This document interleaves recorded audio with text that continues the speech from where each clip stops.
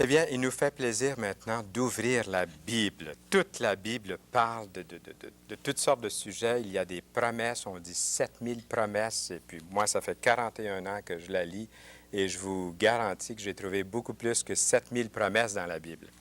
Je vais prendre la mienne et la vôtre est là, à côté de moi. Elle est écrite en gros caractères et puis vous allez pouvoir suivre.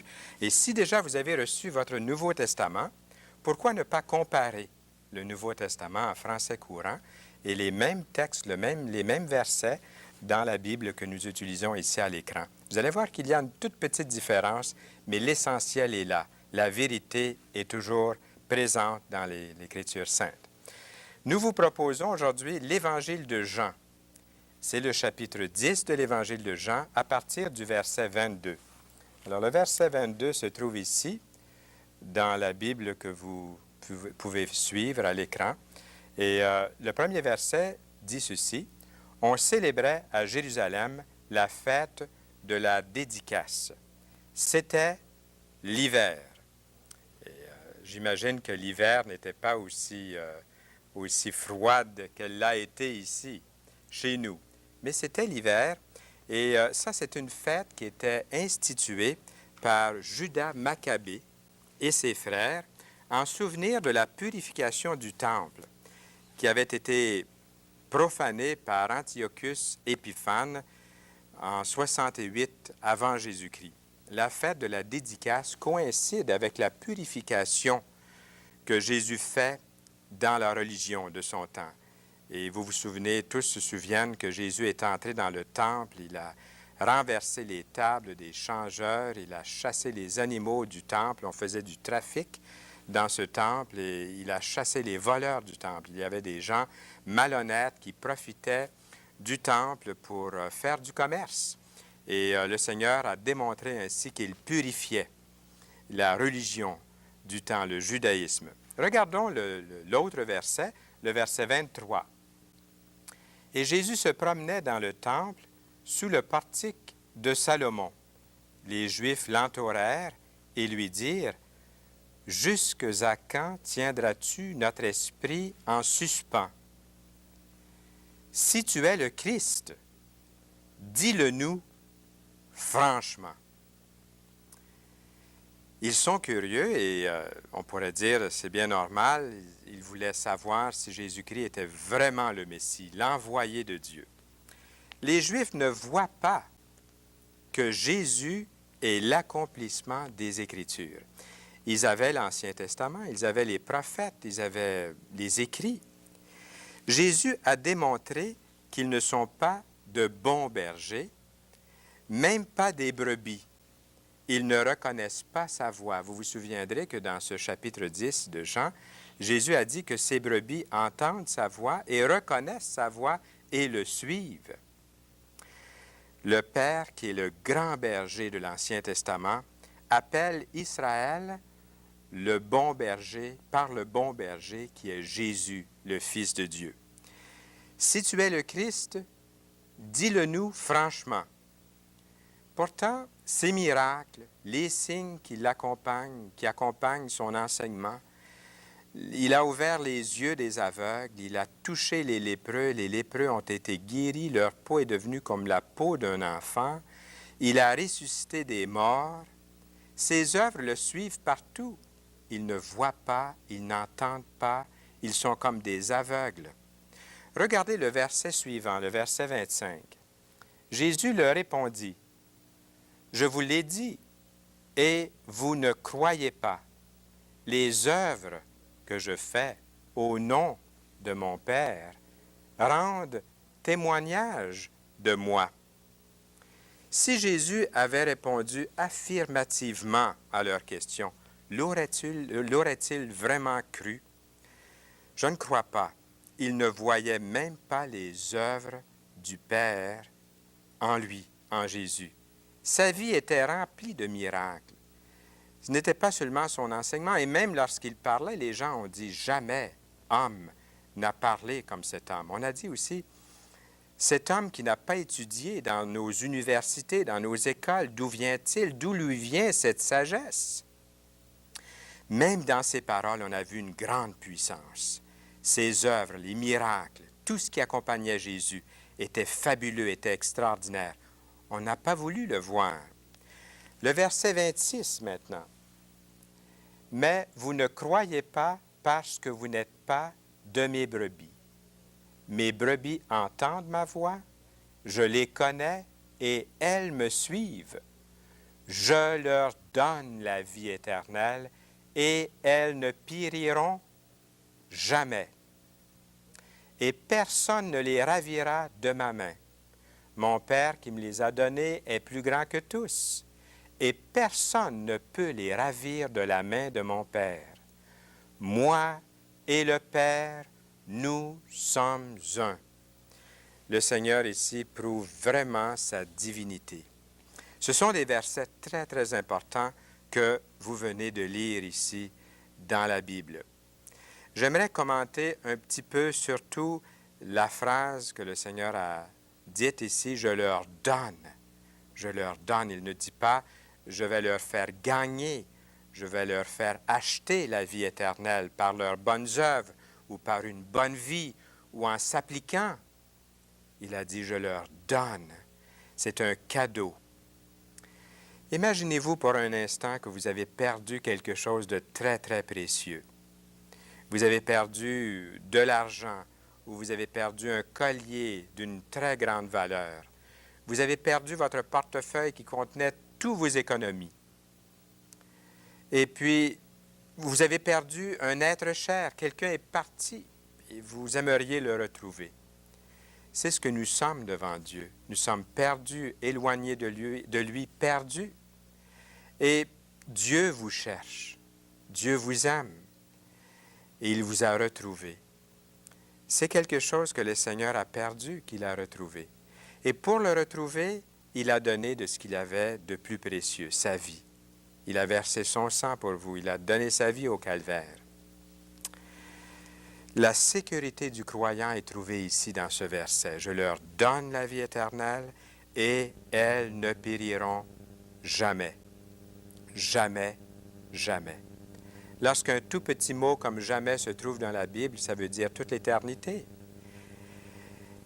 Personne ne les ravira de ma main. C'est la main de Dieu. Vous allez encore trouver aujourd'hui des chrétiens très sincères qui ne croient pas à la sécurité éternelle du croyant. Regardons le verset 31. « Alors les Juifs prirent de nouveau des pierres pour le lapider. Jésus leur dit, « Je vous ai fait voir plusieurs bonnes œuvres venant de mon Père. Pour laquelle me lapidez-vous? » Les Juifs lui répondirent, « Ce n'est point pour une bonne œuvre que nous te lapidons, mais pour un blasphème. Parce que toi, qui es un homme, tu te fais Dieu. Toi, qui es un homme, tu te fais Dieu. » Enfin, ils ont au moins compris une chose, c'est que Jésus se fait Dieu. Jésus est Dieu. Au commencement était la parole, et la parole était avec Dieu, et la parole était Dieu. La parole, Jésus, le Verbe, est Dieu qui a habité parmi nous.